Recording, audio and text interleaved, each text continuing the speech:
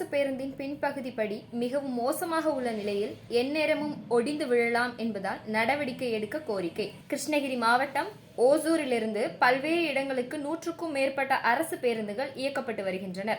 அந்த வகையில் அத்திப்பள்ளி, கெலமங்கலம் உள்ளிட்ட பகுதிகளுக்கு 6ஆம் எண் அரசு பேருந்து தினசரி இயக்கப்பட்டு வருகிறது. காலை மாலை நேரங்களில் பள்ளி கல்லூரி செல்லக்கூடிய மாணவர்கள், வேலைக்கு செல்வோர் என அதிக அளவில் பயணிப்பதால் பேருந்து கூட்ட நெரிசலாக காணப்படும். இந்நிலையில் கெலமங்கலம் ஓசூர் சாலை அக்கொண்டப்பள்ளி என்னுமிடத்தில் மாணவர்கள் பேருந்தின் பின்புறப்படியில் ஏறி செல்லும் போது படி மிகவும் மோசமான நிலையில் எந்நேரமும் வேண்டுமானாலும் உடைந்து விழும் நிலையில் உள்ளது. கூட்ட நெரிசலில் பயணிகள் படியில் நின்று பயணித்ததால் உயிரிழப்பு போன்ற விபத்து ஏற்படலாம் என்பதால் அரசு போக்குவரத்து கழகம் இது போன்ற பழுதடைந்த பேருந்துகளை சரி செய்ய வேண்டும் என்ற கோரிக்கை எழுந்துள்ளது.